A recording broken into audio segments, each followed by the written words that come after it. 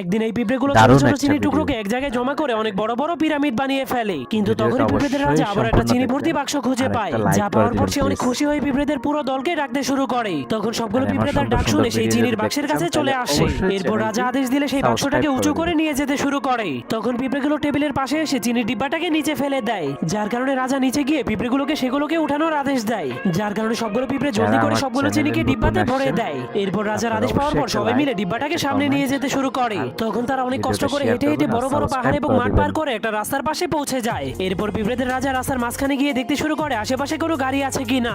অনেক ভালো করে দেখার পর সবগুলো পিঁপড়ে ধীরে ধীরে রাস্তা পার হতে শুরু করে। কিন্তু তখনই হঠাৎ করে একটা গাড়ি আসতে শুরু করে পিঁপড়েগুলো চিনিগুলোকে ফেলেই সেখান থেকে পালিয়ে যায়, যার কারণে তাদের চিনিগুলো গাড়ি চাকার নিচে পড়ে নষ্ট হয়ে যায়। এজন্য পিঁপড়েগুলো সেই খালি ডিব্বাটাকেই তাদের বাড়িতে নিয়ে যায়। তখন তারা দেখতে পায় অন্য পিঁপড়েরা চিনির মাধ্যমে পিরামিড তৈরি করছে, যা দেখার পর পিঁপড়েদের রাজা বুদ্ধি খাটিয়ে সেই খালি চিনির ডিব্বাটাকে পিরামিডের উপরে নিয়ে যায়।